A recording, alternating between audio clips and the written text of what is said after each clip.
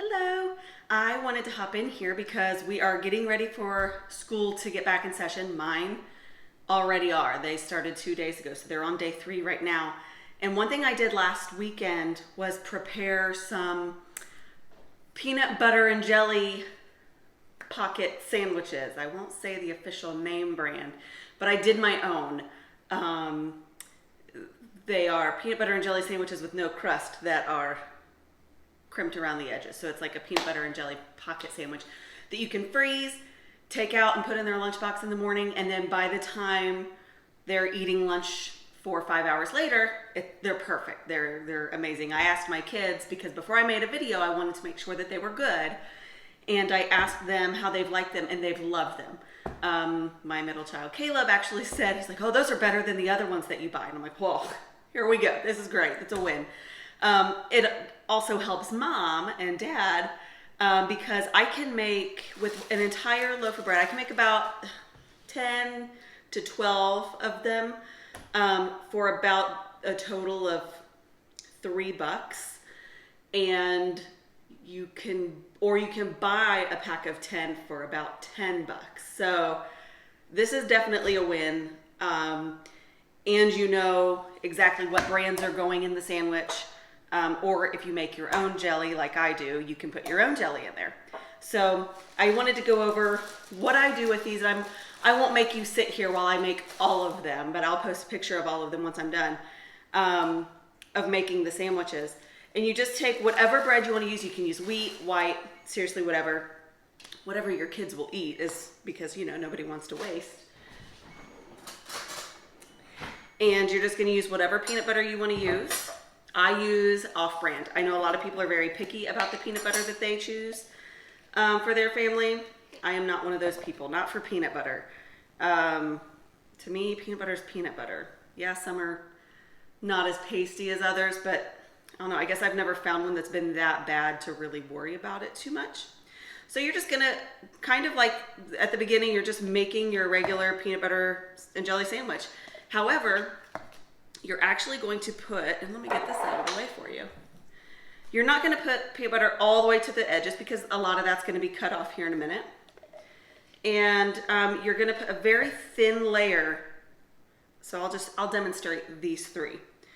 You're going to put a very thin layer of peanut butter on both sides of the sandwich. So both pieces of bread are going to have a little bit of peanut butter on them. Very thin layer, but enough that, you know, they get enough peanut butter. You know, it's their protein for lunch. You just spread it around, like I said, nice and thin, not too much. And again, you aren't covering the entire piece of bread. It's a good thing I'm only doing 3 right now because that one's out. All right, so you've got your peanut butter. Again, not a whole slice. You're not going to the corners of the earth with this one. And then you use your jelly, again, whatever flavor, whatever brand, whatever you want. I use, and I'll explain why. I'm using a small cookie scoop. This is probably a tablespoon to a tablespoon and a half size, like maybe an inch and a half. Very, very small. To put my jelly in, because I put it right in the middle and I don't spread this around. This is because when we go to press it, I'm about out of everything. That's why I'm opening everything new here. When you go to crimp the edges and press it, you don't want jelly in that crimp making a mess. It kind of defeats the purpose of even doing that. So I'm actually going to move on to this one because it's a little bit thicker. So yeah, I just do a scoop right in the middle. And actually, I don't even do a full scoop because it's plenty. It seriously is plenty. So all I do, you just press them together. And you've got most of your jelly still in one place. It's really going to be okay because, again, once you crimp it, it's going to press it down a little bit. And then you don't want, again, the jelly seeping out of the edges. So if you don't have one of these, you can get these in all kinds of different shapes. I got mine off of, I actually think I got mine from a school fundraiser, but I've looked and you can get these at Amazon. It's a sandwich crimper or sealer, I guess is probably what they say. So it'll come in 3 pieces. I've not used this one yet. I don't know. I've not figured out why there's a 3rd piece to it. So you've got your large, smooth-edged cutter, and then what fits directly inside of it is the crimper. So what you're gonna do first is you're gonna use the cutter portion first, and just get as close to the edges as you can, which it may go to the outside a little bit, which is fine. And then if you use a composter, the crusts are perfect to go in your compost bin for your animals later, or your garden, or what have you. And you're gonna just keep, I don't wanna throw that away, I'm gonna use it. You're gonna just cut the crust off. Which actually, I'm realizing now, I wanted to crimp before I lifted that. So right now you've got your sandwich inside your cutter like that. And to seal it, you put the crimper on the inside and you just press. The purpose of this is not to go all the way through, it's to press the edges together. So then you take it off and you've got your crimped sandwich. So let me stick this back around. Excuse me, got a little peanut butter on myself there. So let's stick this back over here. We're gonna seal this one up. And you wanna make sure you're doing this with nice, new, soft bread, because if you've ever tried to eat a sandwich or anything with bread that is not fresh, it will tear easy. It does not want to, it's not flexible, so this will just have holes all over it. But yeah, look, nice and sealed. You can see the edges here where there was crust. It's still sealed there, so it's not a big deal. But yeah.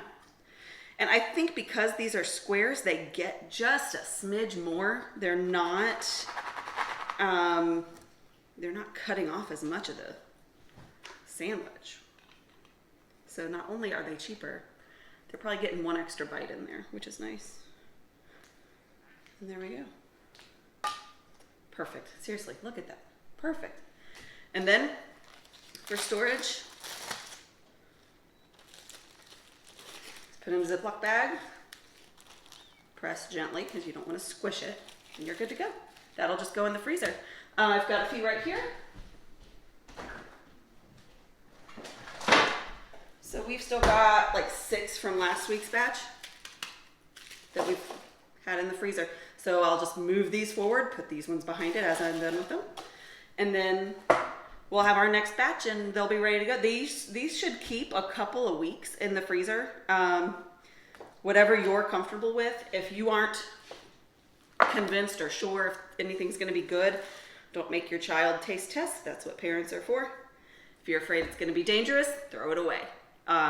It's not gonna be dangerous though for a few weeks being in the freezer. It's really not. This is fresh bread. You're good. Seriously, you're good. But anyway, yeah, when you, well, all right, for the purpose of this, I will show you the inside. I will take a bite and come show you the inside.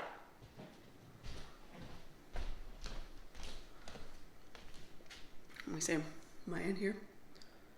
Oh yeah, here we go.